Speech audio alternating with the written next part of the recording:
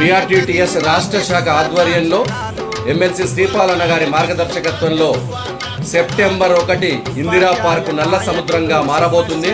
ఉపాధ్యాయ మిత్రులారా ఆలోచించండి. మన భవిష్యత్తు కోసం చేసే పోరాటం, మన కోసం మనం పాల్గొనకపోతే, మన కోసం మనం పోరాటం చేయకపోతే బానిసలుగా మిగిలిపోతామని ఆనాడు అంబేద్కర్ అన్నారు. మరి PRTU ధర్నాలో ప్రతి ఉపాధ్యాయుడు పాల్గొనాలి. ముఖ్యంగా CPS ఉపాధ్యాయులు అందరూ దయచేసి పాల్గొనాలని కోరుచున్నాం. ఇంట్లో కూర్చుంటే CPS రద్దు కాదు, రేపు ఇందిరా పార్క్ వస్తే CPS రద్దు అవుతుంది. ప్రతి ఒక్కరూ PRTU మహాధర్నాలో పాల్గొని OPSను సాధిద్దాం. జై PRTU.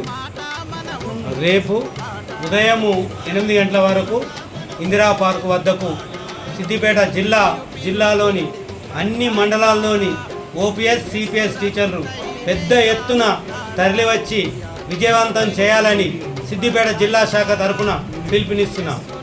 PRTU-TS పిలుస్తుంది, రా కదలిరా.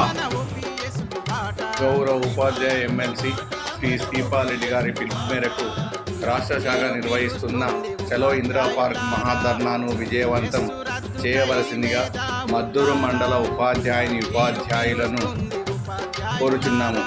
PRTU చెప్పింది చేస్తుంది, చేసేదే చెప్తుంది.